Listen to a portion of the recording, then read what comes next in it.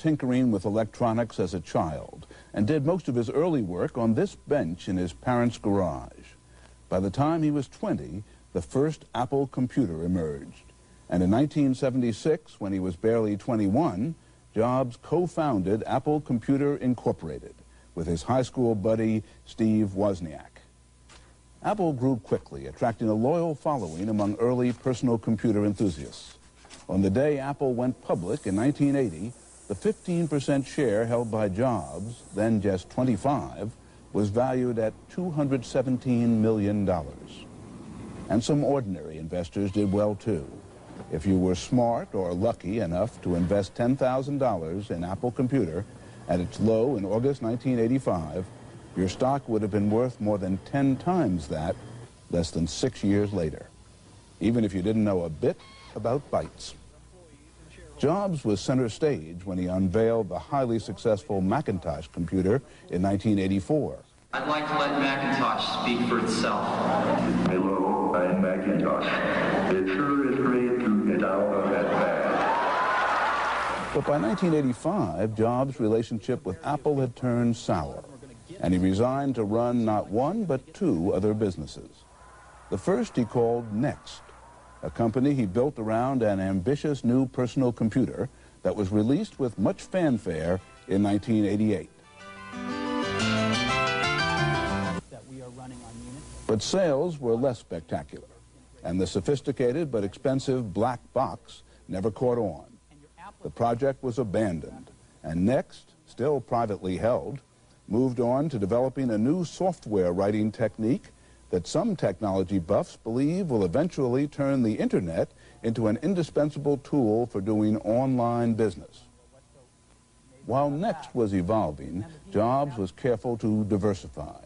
He quietly invested $50 million of his own dollars in Pixar, a computer animation company in Richmond, California, that he had purchased from film producer George Lucas in 1986 for $10 million.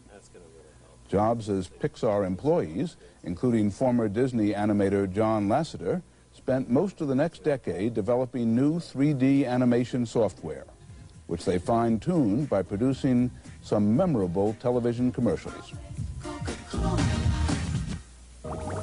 and short animated films.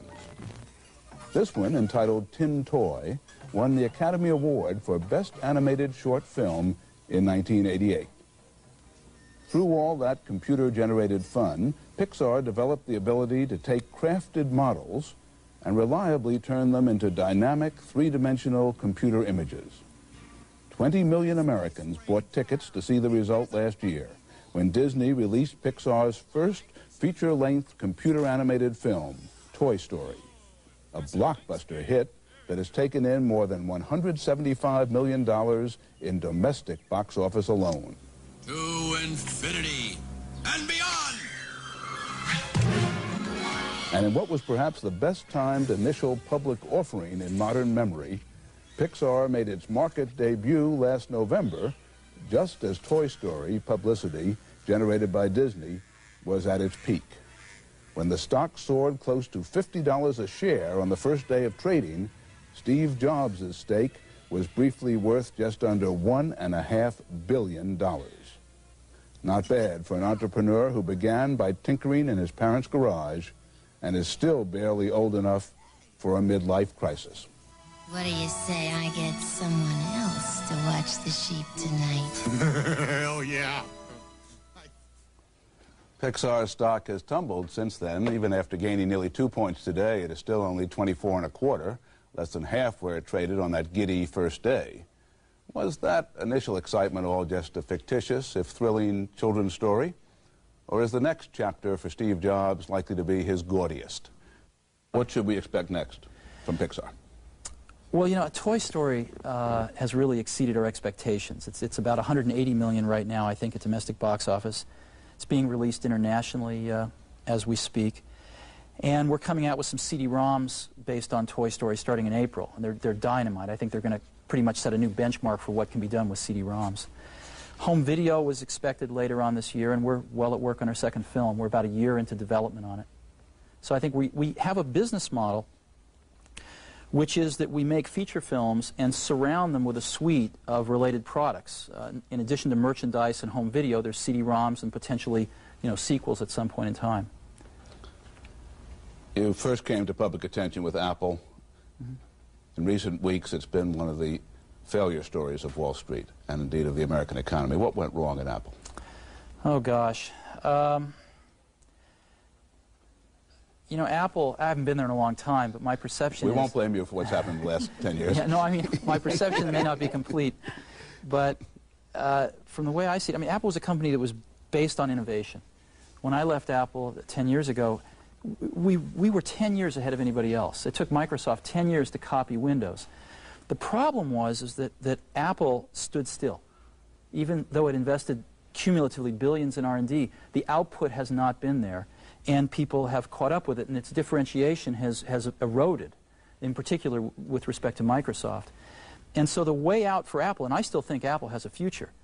There's some awfully good people there, and there's a tremendous brand loyalty to that company. I think the way out is not to slash and burn, it's to innovate. That's how Apple got to its glory, and I think that's how Apple could return to it. Next, which is your private venture, specializes in what's called object-based software. Could you explain that to someone who's not a computer nerd? Sure. The way that most people still build software today, everything's custom, really. Everything's built by hand and everything's custom. And there's no ability to reuse software that you had written prior or that somebody else had written.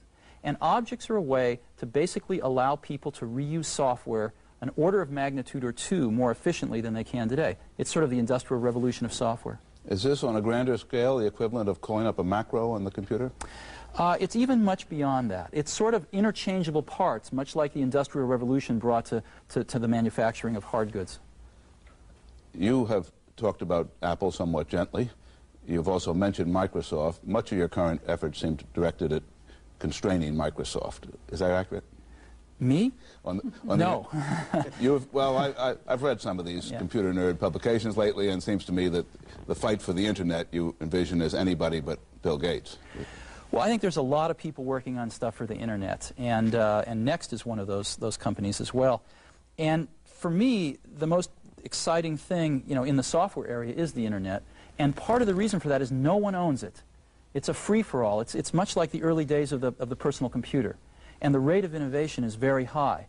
And we know from experience now that if any one company gets a dominant position in it, no matter who that is, the rate of innovation is going to drop precipitously. And we'd like to not see that happen forever, or at least for quite some time. I assume as a good entrepreneur you want the market to limit him, not the government. Is that correct? Yeah, I don't get into that so much. I think I admire Microsoft for their achievements, and I think though that the net may be something that is, we're going to see innovation contain them, and I'm hoping that's the case. I wonder if Steve Jobs is relaxing on this holiday weekend, or figuring out how to make his next trillion. I guess it's tough at the top, but it can be beautiful too. Last Christmas, we gave our viewers a sneak advance peek at some items from the most publicized auction in history, Sotheby's sale of Jacqueline Kennedy Onassis's property. The CEO of Sotheby's, D.D. Brooks, brought down some special treasures for your eyes only. Now, before we meet tonight's special guest,